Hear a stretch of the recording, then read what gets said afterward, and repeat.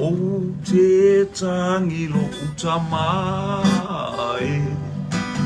Ya te oe ya olai Ya mangalo sese Ya lo fafua mai O te tangilo utamai Ya te oe ya olai Ya mangalo sese Ya lo fafua mai O te fia salamo Ya te aima mea tua Aia au mai le lo tofu O ia lo fafua mai Ua le maua so ulelei Na o mea e lea ngai Wana watu ia te o ia lo fafua mai Ua le maua so ulelei Na o mea e lea ngai E wana watu ia te o ia lo fafua mai O te fia sala O te fia sala mo Ia te aima mea tua Ia au mai le lo tofu O ia lo fafua mai O te fia sala mo Ia te aima mea tua Ia au mai le lo tofu O ia lo fafua mai Pia lava oe lo mātou ta mawhanene ina lo suafa e whamau Tu mawatu ia te oe le vi inga le whamanu ma le whanetanga Ile nei vaenga o le afiafi tau mai lau whanau Tiutam whaiva mga luenga mātou wala au Hallelujah, whaftai tele Sa e tau a aole soifua mono mātou Wole ngata fo leo lungo lo watu nu Sa sau mai le mana o lo toto wha mai ese pe ona pona ti ai mātou I loa matalitonu Wha atua I lo suafa Yesu E matua sai a mawhetuku ai Ngā ruenga wha sala veia le mai Io le mātou wala au Anga le mai nei afiafi le taulanga afiafi whaftai foi Le ia iau whamriang whilanuna ai tonu le olo nei I watu mea uma I lovi ingono o Yesu Amen, amen, praise God, hallelujah, thank you Jesus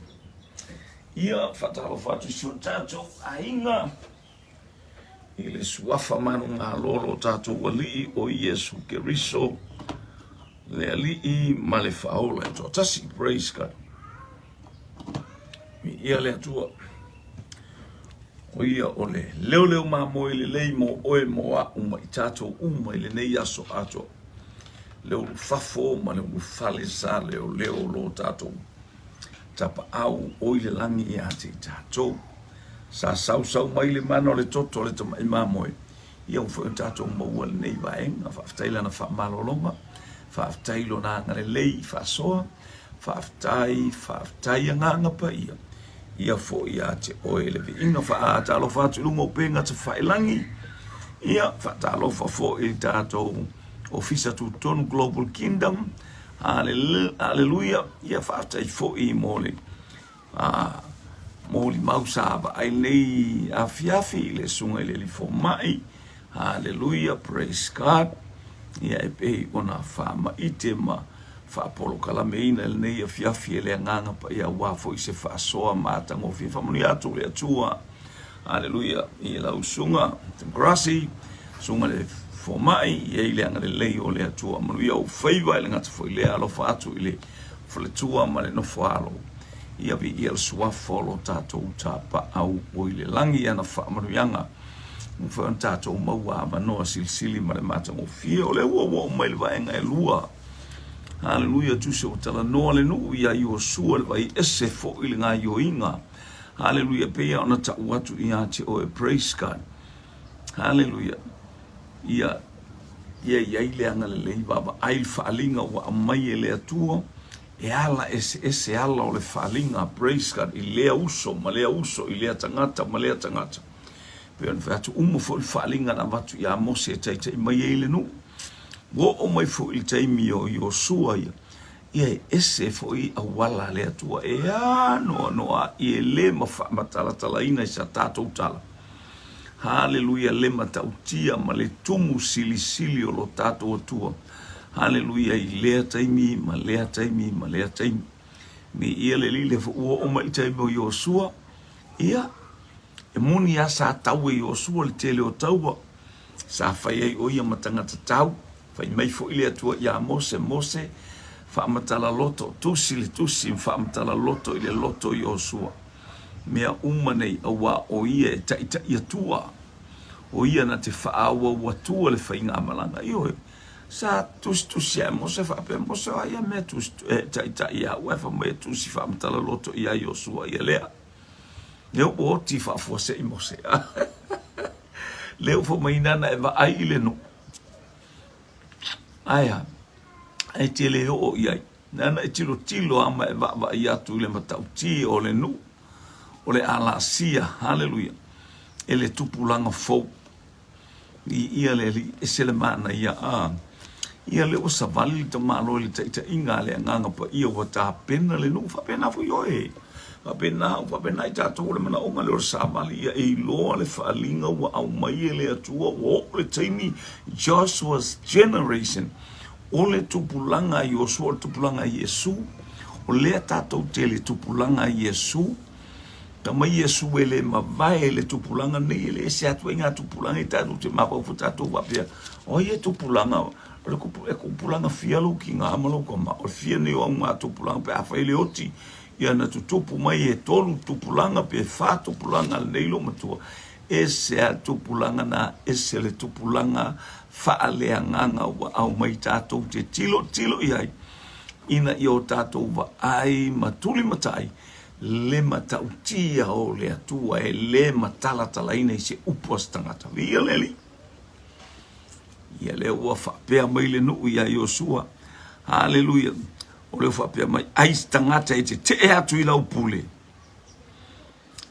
Ma le whaalongo i au upu. I mea uma e te whai mai aina i ati. E whasio tia o ia. Tau ina ia whaamalosi maloto tele. E lua tau mai. Yosua e le heisesi te i ate oi. Pei ona iaia mo se whape nafo. E mo ia e o whaitala e o ila lole a boka. O ila lole ngatae, o ila lole koko. Po fea fo i se ulu. Ia peta oto fo ile aile to afa peta oto i se one. Ia ma whaitala tai to lue winga aya. Hallelujah. Ele aia astangata whape aluatu Yosua pe whape nātu sana tala e whawhia malosi ia Yosua. Fatalo wafo ile aingo le upenga ta whailangi o lo anga i mai. Ia vi ia le whamanu ia le atua ia te o tau whaftai o tau. I lo taimi whaalu i lea tae ao ma lea uli ma lea Afiafi taimi umalama o nei polo kalami. Whaftai lau whaalonga longo. Ia whamanu ia le atua whamanu ia tu fo ili motu i sa sae i Hawaii e le ngata fo i leo Amerika au maua mai ele nei whasoa. Ia malo la wale loto te tele.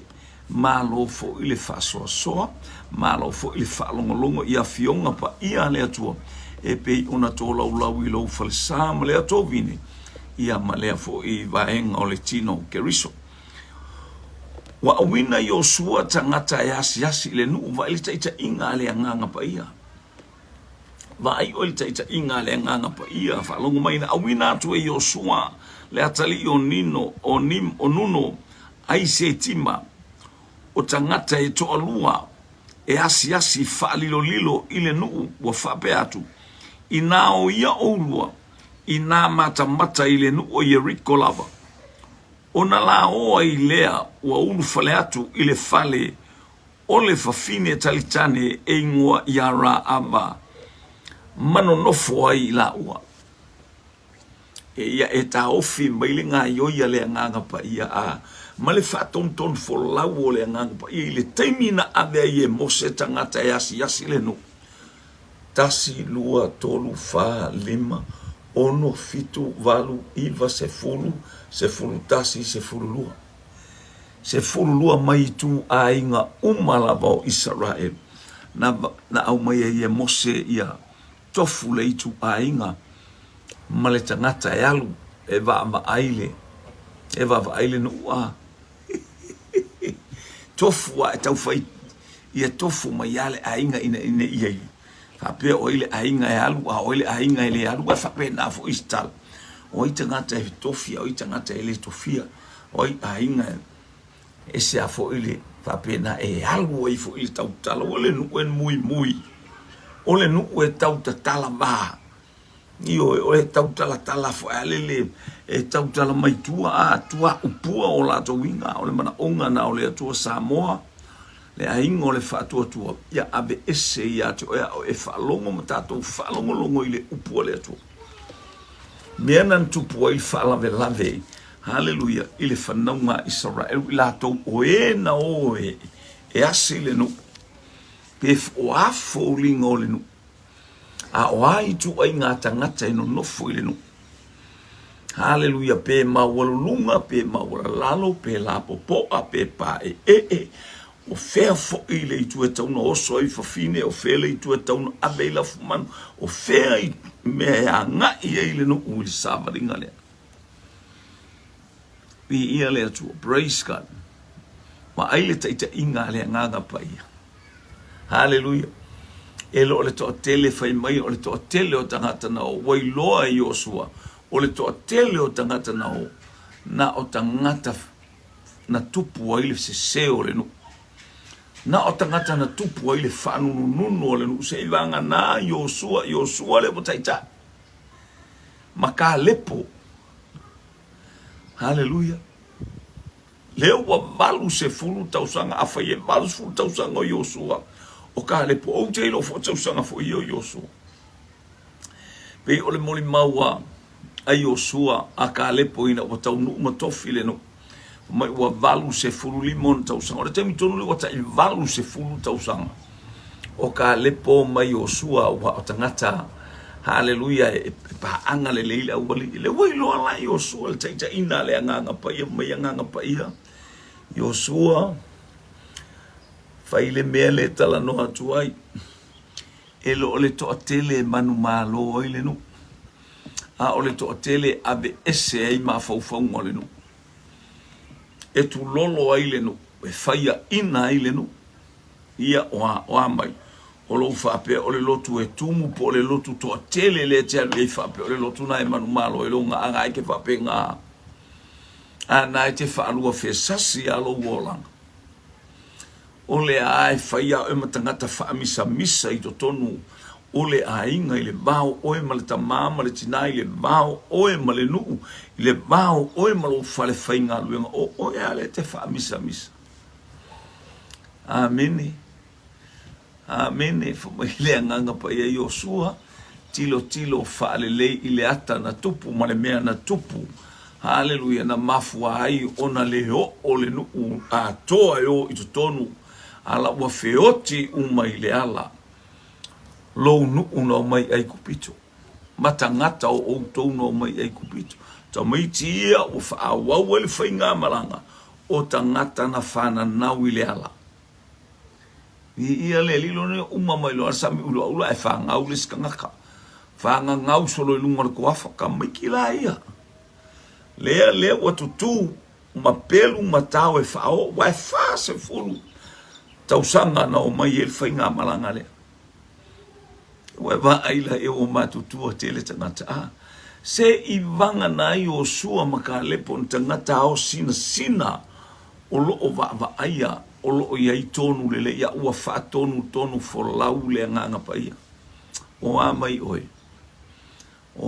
oi lau savalinga esele mana yo le tatou tapa atu i le nganga pa ia esele teimi o le mana yo le tatou tapa atu le ai mase mea o ui le lima o le tamalo aia na olona loto tu watu i le atua na olona loto lata i le atua fe soa ni mai i le atonu ma lea fai unga na te fai ia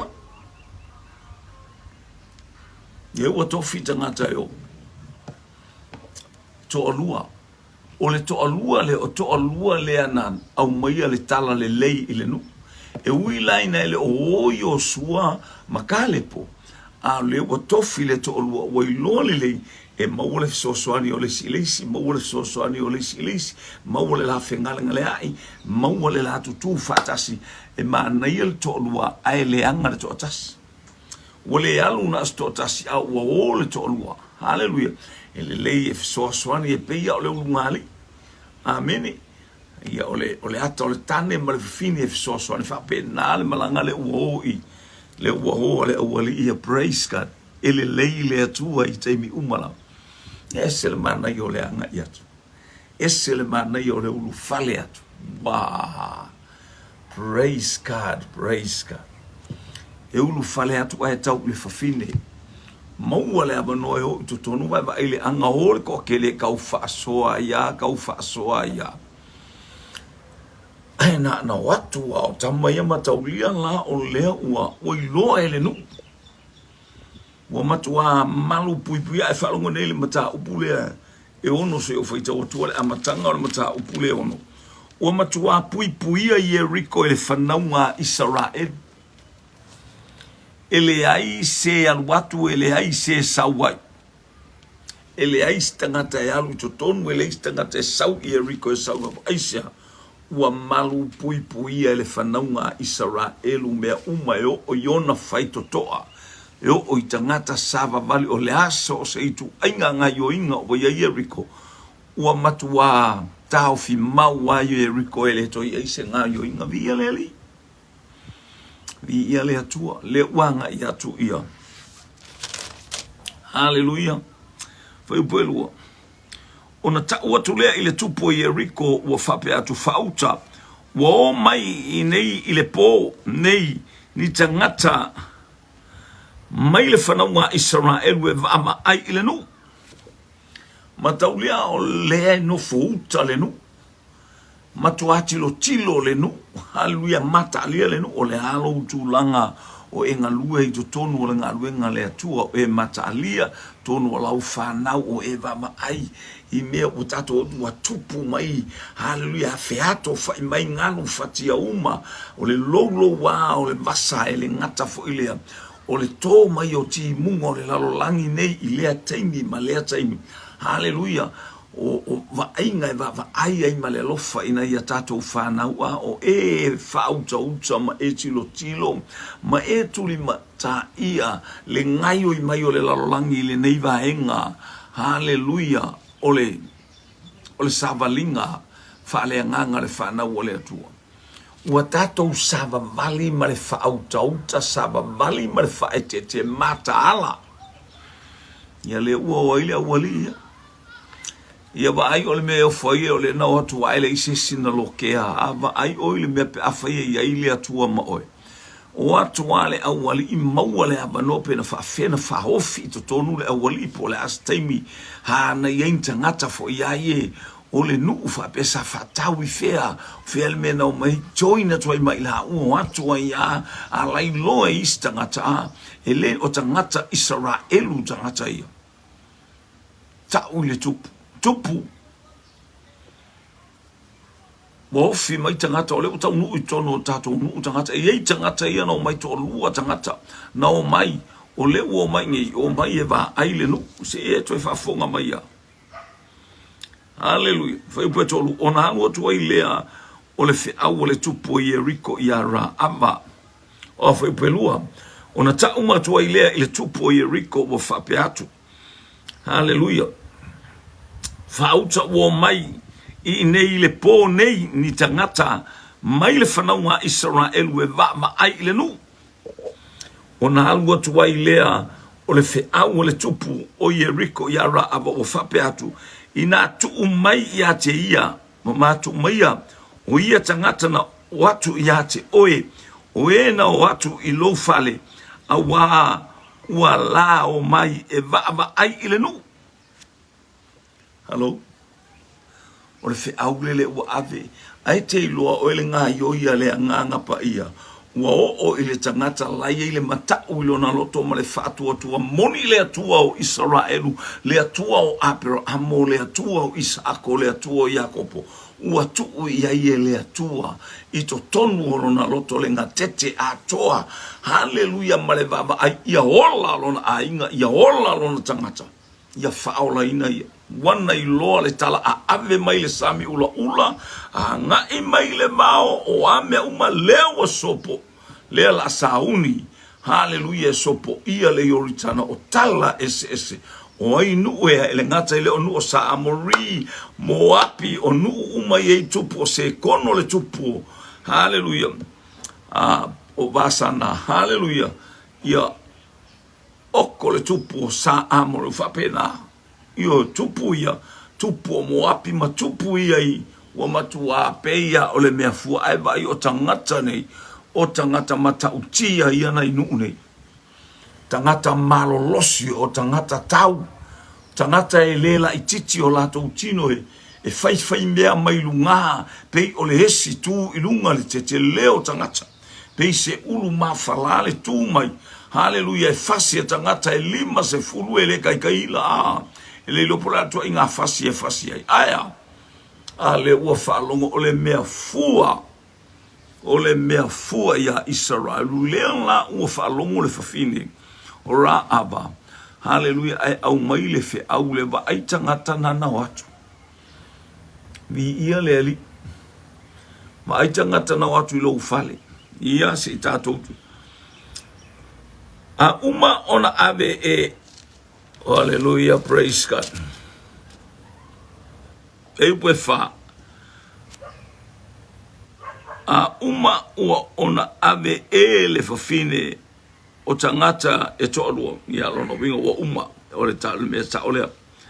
Hallelujah, fafine tangata e toalua. Ua na ia te ila ua. Mawhapea mai. Mawhapea ona whaiatu. Na o mai tangata ia te au. A o te leiloa pēna o maifea i la ua. O ina apunitia o le whaitotoa. Ina ua pōriuli o na watu ai leo tangata o te leiloa le mea na watu ai ia tangata. Ia vave ona turi loa atu ia te ila ua. Awa, praise God. Hallelujah. Ia leli. Awa tau te maua atu ila ua. O e whaalonga le whainga o le tala le whawhine. Fine matau. Whawhine tali tonu le whawhine. Peiwe no whatu le whawhine le nanu iei Elisaia. Elia. Na tau iei ele atua wa ai perfetana el watu e tau si wha leile wal watu. Fine sarifata.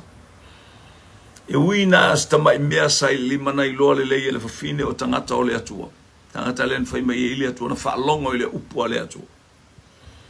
Le foi ua tala noa le whawhine e lo na talitonu. E le ai seisi e sao i le nuku le awhai ua oti tupu o moapi ma tupu o sa amori. Ma tupu o amoni na whasioti e tangata nei.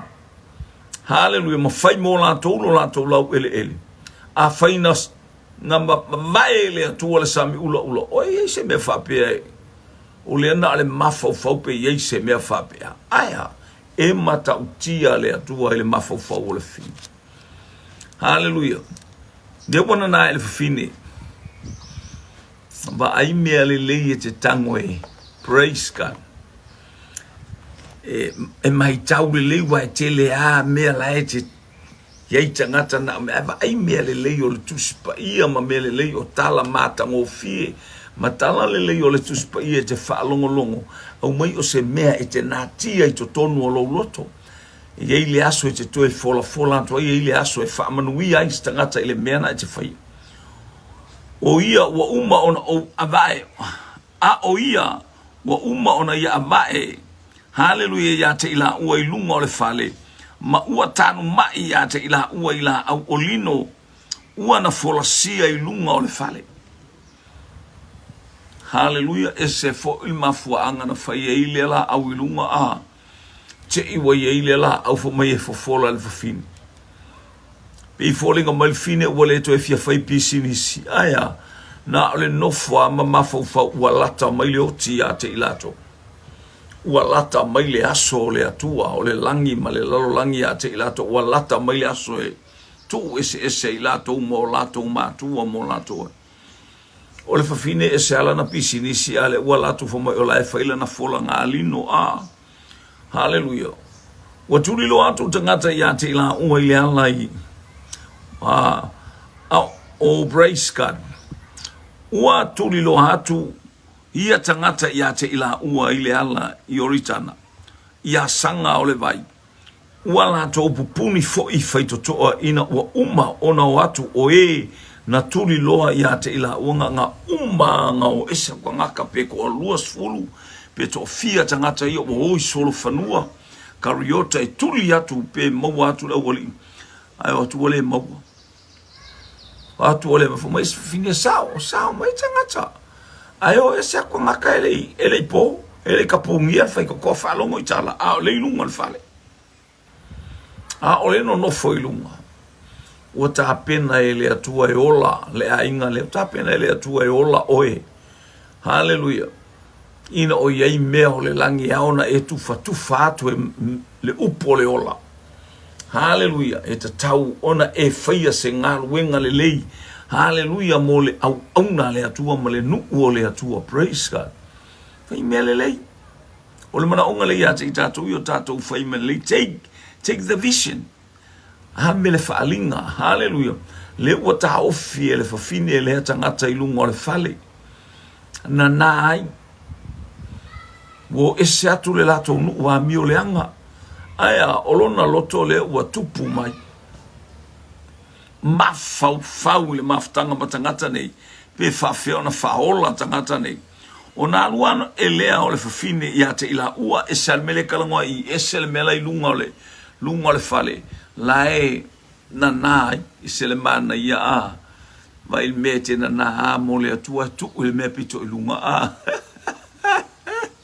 vi ia le ali i praise God te whapito ina i lunga le atua i mea umalama te le tu ua i se mea whaale tonu ai o tangata o le atua tu ui le pito i lunga i si sila mai le atua i le langi whaapoloka lame mea uma haleluia mo nei tangata ai maise le whawhine lea o nā lua ele o le whawhine ia te ila ua i lunga o le whale a o le ita oto ila ua a o le ita oto ila ua ngā letal no elua e a letal tan no al awali ia praise God wa ia whai atu fo i ia tangata wa ouilo wa fo ina atu e Jehova le nuu ia te autou ma ua o lo autou ma tautia ia te imatou ma ua whaavaivaya ona autou o ilatou uma e no nofo i le nu ma ka mo mai o tala no anga le nu nei ua le ai ma se ola o koi ai a o lea ua o iloa e a umo mato iloa e na o ia le talatano e pe aina talatano minista ngata saua iloa fo ia ilona fale ma nofo ma mafau a le ua fai ma faa manuianga tangata ua mai au atu sao ilona fale te iloa o ele ta pena lo uolanga tali ma lo uolanga fai mea le lei tangata o le atua e ta pena le atua haleluia e faia mo oe mea sili haleluia e tusa Hallelujah, ole mena e faia. Praise God. O se mea wa tupu i lo loto ma e ana i le atua. E mi ngao ma e wala aun suafa o le atua. Faia e le atua ia te oe. Sama mau esele so i fua ra ama esele mena ia alau fai mai. Wa faa mai vaia i lato umalawa ono nofo i le nune wale i se manosi. Botu inatu ele atua ia te outou le manu malo. Lea o so mai lo maletala. Awa, ua matou whaalongo, ua wha umatia i Yehova le sami, mo wha mateina i Yehova le sami ula ula. Ona outou, ina ua outou o mai ai kupito. Mai le kalala le sau mai o waleva nga o mai i waleva. Aele i o mai le nu umalelato usavalinga. Ua leva na longo mai tala lo wainga ua o le tala le leia le atua i lea tafa ma le tu o le lalangi fa mai Yesu. Hallelujah, e ao na tala ina le tala le leio le malo le atua i lea tu ma le tafa o le lalangi. Fa sopolia o na o mai leo le unga o le lalangi. Amene. Mai le tala le au mai i ai kupito. Mai le tala lai au mai na lele mai ai kupito fa solo mai o ai tangata e oe mata le vao. O lale winga o iame e oe siaki o tangata peni skula aki e oe solo fanua tilo sau le tau lale waka ngai mai o tau fea sau a fu masani e feo a ile vao. O mea na le no fa longo le tala le sami ula wa mate sau martuole ka fefe ile ngu ula le o mai. So le ave le sami ula makua pea. Kua pea. Ai kau fe kuli le savale mai le no uile li tai. Le o le tala le to e fa manatu. Wow, lo te mana e fa ilo ia te oile afiafi nei. Fa alinga le uile limbo Yosua. Wa oile taimi o le anganga paia. We are in a time of Holy Spirit. O tato taimi, wa tato ia ile taimi o le anganga paia. O le mana onga ia faa waulau whaalongolongo, ia faa waulau mafutanga, ia faa waulau wilo, ia faa waulau samalinga. Samalinga lo loto maleanganga pa ia. A deeper flowing of Holy Spirit in your life. E ao ona lo loto le faa wau le savalia le anganga pa ia. Ina ia watu le nganga pa ia matalia matato wa ai i mea lo loto ma mea sili ese le atua. Peteru tu ule va ai le lo loto. E papa ua le mea na te whaangota ai. Na te whaangota li tino. Tu ule va ai lo loto. Ni eleli. Praise God. Ole mana onga na o samaringa lo loto ma le nganga pa ia. Ia whaawo woma ela ngona le si ufonga o le nganga pa ia. Ma ia fetalai mai le nganga pa ia i lo loto. Hallelujah. Io nga tete mea uma. Fa mai tala atus pa ia pau tangata. O feto te whaia se fale o te no fuali. O le langi o lo no fuali i ono sfumale ono le tusia isai. Pau le tangata a sau le fale le mana o le tangata. Pau le tangata o te loto iai, ma walofa iai, ma umana o iai. O le tangata inga tete ila upu. Hallelujah. Ma le loto ti ngā. E ti ngā tatou ai tatou wa ai atu le upu le atua ma le whatau nuina aia. You go through, hallelujah, by the power of Holy Spirit. Empower i tatou wele mana o le nganga pa. I tatou pulu nau. Tatou te sama vali i ana whaamanu yama. Ia leli, mai whai upule sfuru a wa mātou whaalongo o whaamateina i o wale sami ula. Ona o outou, ina ua outou o mai ai kupito. Ile male mea, ile ma mea tau te o outou whaia i tupu. E to alua o sa amori o se kono ma oko. O ngoi o tupu se kono ma oko. Hallelujah. Tupu ia matautia. Ni ia leali. O e sai le lai tu o le oritana mataulia ua pasi mai a. Mataulia o le tala noa la uaenga ia tafine. O le tala noa nga ili mele tupu i talatu o oritana. O le tu isai. A ele i o inga pasia mai ele nu ule oritana. Ia leali. Amini. o e mafofau e te ta ele pe e te hallelujah te lua feiloa i malua whaamasania i malua feofeoa i malua ulima male nganga pa ia. Wow. O oi o le tangata o Joshua's generation, o oi o le tangata o le tupulanga Yosua. Tangata o wataita ina te lolo teimi o le nganga pa ia watato ia i mai a Yesu Keriso. O lona ata lea lea tatou tala noa iai. O le ata lea o mea uma mawhita mawhainga tāna ngai mai ai le no. A lea wa ngai mai. Hallelujah lela a ngai mai so sofa mai le yoritana. Hallelujah. Atala no lo le yoritana atala no le baptisonga le nganga pa ia. Ni ia le ali. Praise God. Ia.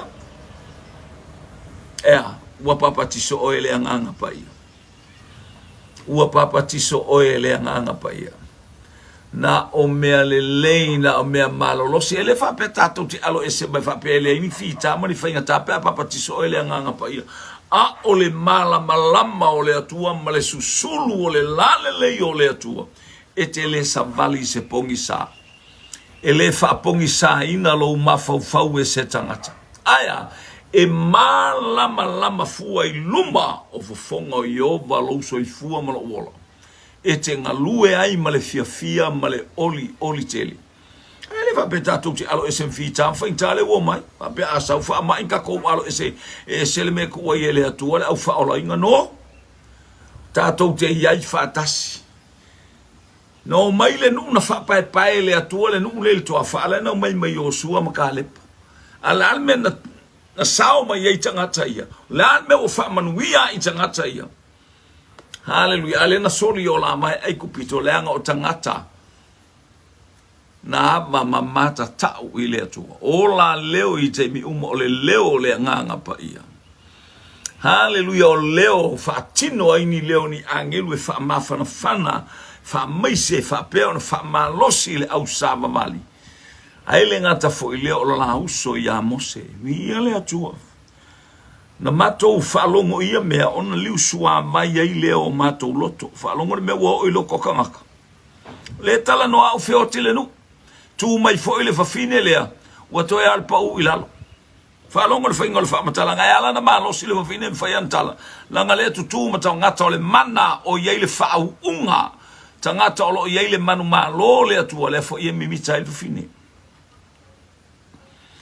Ona liu sua mai lea o matou loto. Ua le toe ai lava se malosi se tangata.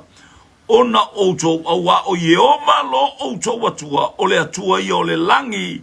Ilu ngā ma le lalo langi lalo nei. Ua e whalonga la le ua tautino mai e le whawhini.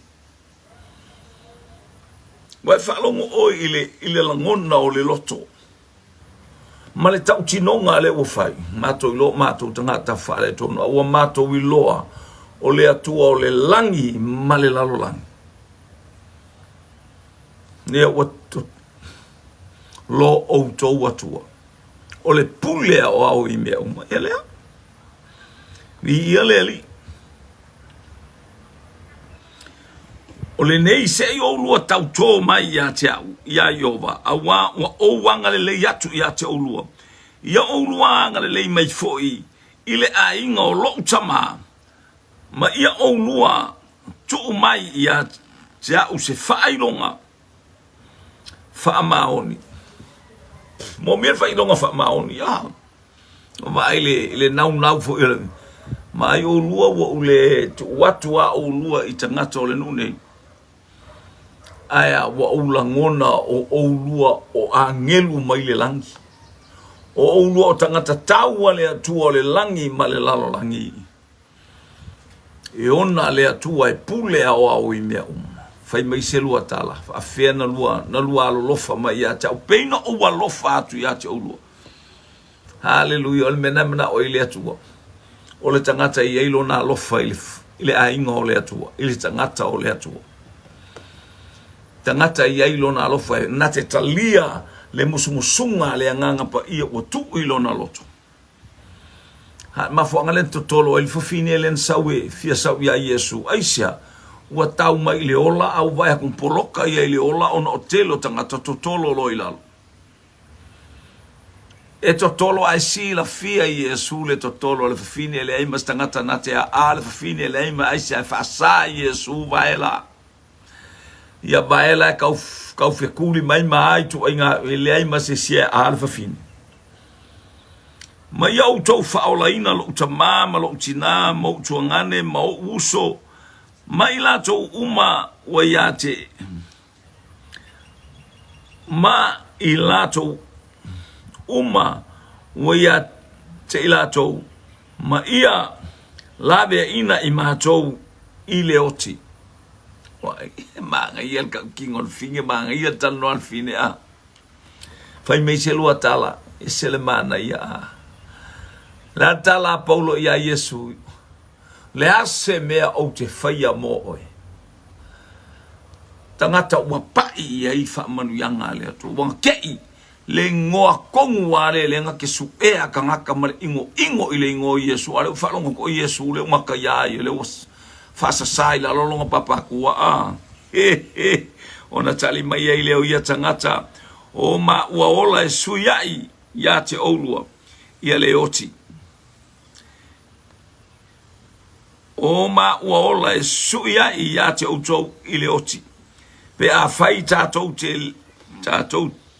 te leta ua la ma ua nei fe au. A o ina fo ina mai e yeoma le nuu i le ia te imatou. Ona matou wanga le leia i lea ma wha maoni ia te oe. Ia matou wale whanau wale atua sisili ese. Matou alofa ia te oe, matou te whaasawina oe malo ainga, pe a fai e te sabali lungo le tātou tuunga nei te leta ua ma ua isis. Ni ia le li ese le mana ia a tātou wawa ai atu le mata ngofia o le atua mana whamanuyanga. I le mata ngofia o le atua sili. Hallelujah. Pray le whaalinga uilo lima. Yosua to se fululua na ave mo se ai to lua le ua mai. Ai sea o le whaalinga mai le atua only to send to Jericho. Those two. Yeah. Whamanuia le sa vali a ai sea whalongo le upo le atua le musu mai le nganga o le atu. Ia le ali. Ona tutuwifo ai le o ila ua, ile maya ile whamalama wa sailunga, ile pa o le ailo na fale. Na mau wai ailunga o le pa, ona whai atu ai le o ia te ila ua. Ina o atu ia o lua ile maunga. Nei o tau whita iai ma e o turi loa ia te o lua. Ma ia o lua la lafi ai, ile i po e tolu. Se ia toe fo i mai le turi loanga muli ane ona oa i lea o oulua ilo oulua. Ia via le atua. Leu faali mai le tolu waso lena va iai Abrahamo. Hallelujah, wo o le astolu na va ileo Abrahamo le maunga. O le maunga leo moria. Foi mela ntala fatali atu nei o a umale tama. Ia mato e foi mea mato e tapua. E ale tolu oe la lafi o le ata o le tanu mia o keriso o le maliu o keriso o le ata le whainga taulanga Abrahamo malona ata le yaso e tolu ma Yesu, hallelujah, tolu aso, hallelujah, e o ma yei puapo ngā ma tanu mia au fasiotia ai au ma bae so tolu o toe tu mai whapena fo il malanga la o e tanu o e la lafi ai o ilunga le maunga awa. Hallelujah, le ala wingo le alu lunga le maunga. Alu le mea iai lo o tau atua. Sa ili ile atua malua o ilunga le maunga. Faatalia ina. Vi ia le se ia uma aso e tolu. Ona lua o ile eselemana yo le whalongo. Ma tau le ua fo ila ua. Ele to e popole la opole amle ale ona whalongo le awali ia. Ile musunga le nganga pa ia leta la noa il fine lea. Le ua, mufai ila ua. Tolu aso, ia le wato e to afima lia to tonu o Jericho. Aya, a le ua ola ua ma le fia. Ave le pati e vi ia le ato. Praise God, hallelujah.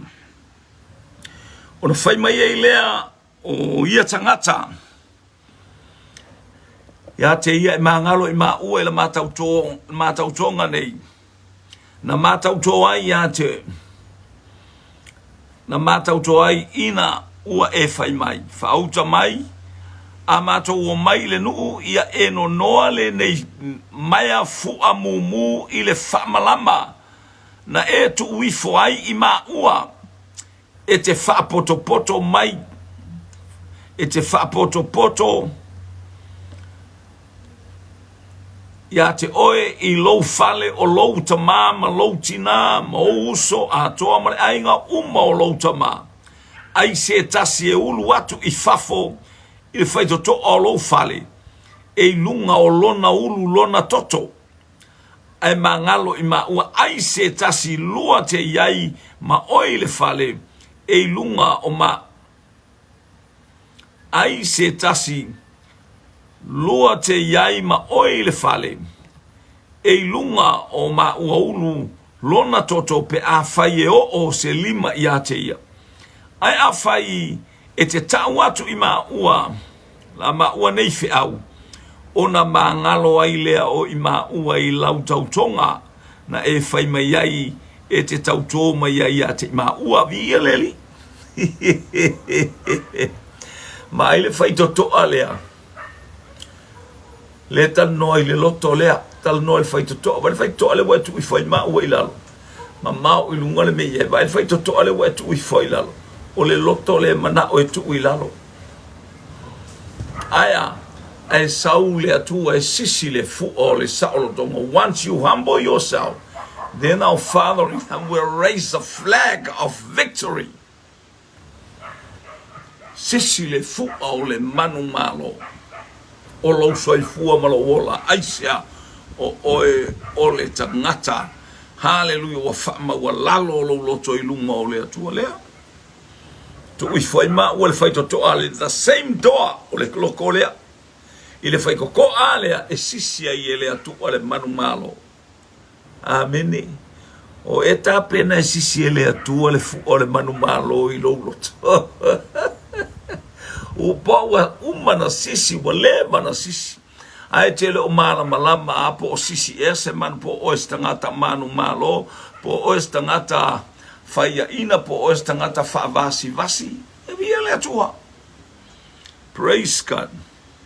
Te tu i fai maua o le fai toto a fo ilea. Lo wainga e mo mia i ke riso le wha mawala lo loto ma lo loto ma o tātou loto. Tātou waba i atu i le ola tanga i a Iova. Ua sauni e ua le ainga. Ona fai atu i le o ia. O whapea ona fai o ia tu watu i la ua. E o ona la o a ilea. Ua no nofo e ia. Le maya mumu i le whamalama. Ona la oa e ailea. Na la o atu i le maunga. Ua no nofo ai aso e tolu. Se ia toe fo i mai le tuli loanga. Na sa ilia i la ua le tuli loanga i le ala uma. Ai le maua via le atua se le mana i o le whalongo le upua le atua e se le mana i o le tatou waba mamatau i le upua le atua le whalongo longo i le si ufofonga whetala i mai o le atua ki ngā lo vai male ki ngā haleluia le ai o se me i atua e pauale me o lo whatua tua i le atua ke le ilo fo ingi mea se kele a o le atua lo whatua tuanga whai mai tu sia Isa ia torsu lima no fai pue valu. Pe va lea se malanga. Pe malanga leo ia Yesu. Pe va lea la walu. Ai te alu mata ule ngo Yesu. Hal etele se. You never cooperate. Etele se ese. You never fail. Hallelujah. Etele se pe afai. Hallelujah. Pe te whaavale valea po le alwa ainga wat o le winga tala whaavale vale whape. So le me whaavale valea lale. I wa ki iti wa el me ngofo ai. I whape nata ngata look down ngā. Ai po le ale na whaavale valea au loito tonu o lo loto ke riso. E le se lau whainga malanga. Amene. Amene. E whaalongo ile au vaenga ia. Praise God. Whaalongo ile whawhine lea. Ole whawhine ile tapua i ile atua. Pato sina taimi ya na o mai ile whaamanu yanga le atua ilona o langa. Yewa whaalongo ile deal, whaalongo ile lato utalanoanga lea, ma le lato fe upua inga ia wa talanoa ile whaamoe moe le ola. E maua ile osfa inga lea ya nga imai. Ia le esele mana i ole la ngona ole upua le atua. Hallelujah. E te loe whafonga le atua i lau tautala ma upu e te tautala i le ola ma tatou whasoa i le ola. Te ilo le whaalongo i le upu elisa ia whape nei le tausanga lea. Whape nei tai au. I le mata upu e fitu. A le lua le tupu mata upu e fitu. A le tautala mai a le ngutu o la ukamale anga i wheko ko le langi mangu o kari. Ele ai ase me whape kupu fo mai elisa ia. Whai atu ia te oe. E te ba ai ke le ai. O le afionga le atua. O le upo le atua. Hallelujah. Tautala i le whatua tua. Tautala i le ana ma le tautonu. Tautala i le whamoe i le ola. O le upo le atua. Nga o a le kaya o le gasoe. Hallelujah. Maua le sea o whalao. Whatau le whalao e le men whaiatu le au na le atu e whatau ai. Ma tau lia lai mua ma le tupu balanga ka male ka unga mai e wa ai masau e. Whakari, e kuakulanga whakari. Aya, ai ki kinga e ka ngaka ilalo, sol ilalo. Ele i ai. Na e wa ai te le ai sea langa o le upua le atua aya tinai il tangata. No fol tangata ma ave ese fase se fai ilona poto fai yana tala yala ngona ma ia tangata aya o el tangata o le tu mai kiva ai mai ki ai kele ai o le tala na soli lalo tangata na soli lalo peia o le moa fo ia le ke kango u yo lima e fapi lima pe au ina tango fa fasi ha le fa penga umal menga o ia yo i ka ngaka makuku ele veanga ngakua ya ole ka ngaka pala le u yo i ka ngifo malo e anga ngapa pe ole liu pefu le i ngifo ai sea tangata e fa mawalunga tangata e tu vale le mafofau hallelujah sele mana ya ola tangata le falinga vi ele la lewa sava vale atu lunga le maua la ue to lua no mai tasi le aso lua aso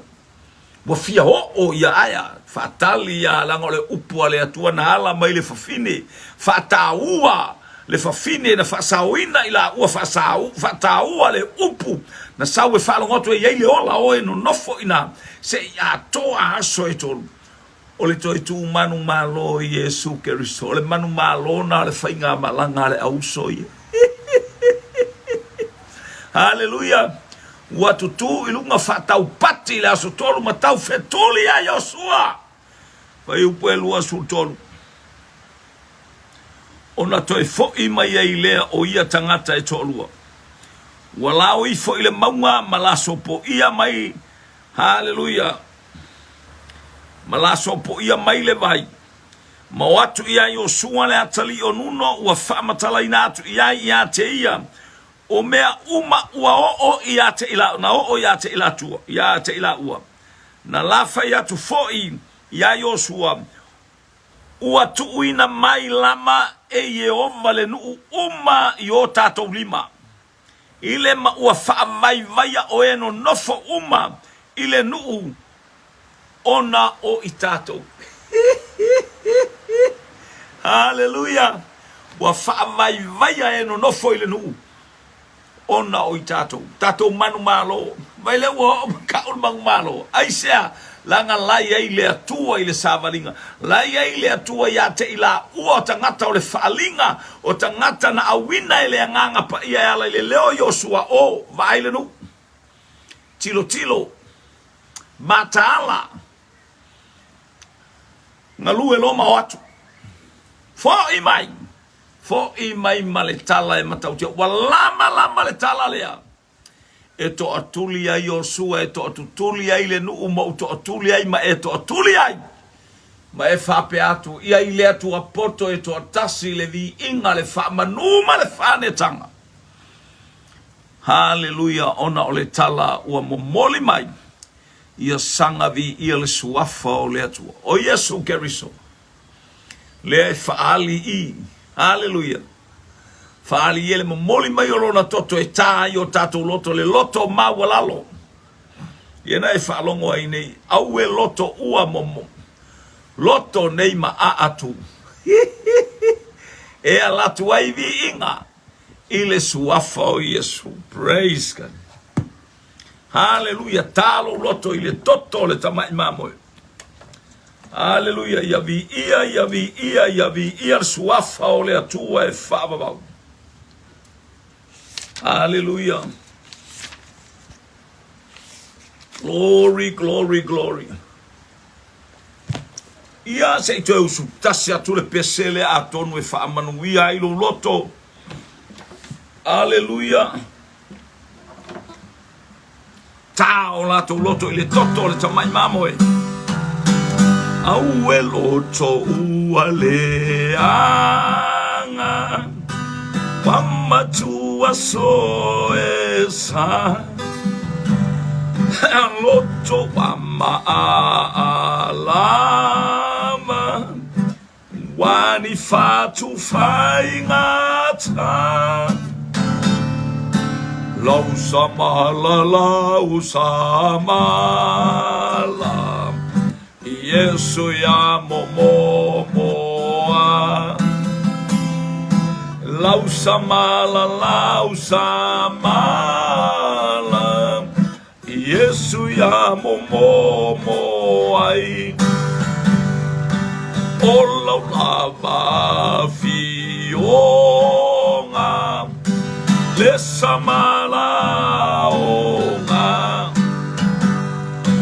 Emma fai ai loto uma. Wani fat iala. Lausa mala. Yamale pelepea. He lausa mala. Emale pelepea. Fia fama luluina. Loto neima atu. Ia latu ai vi inga.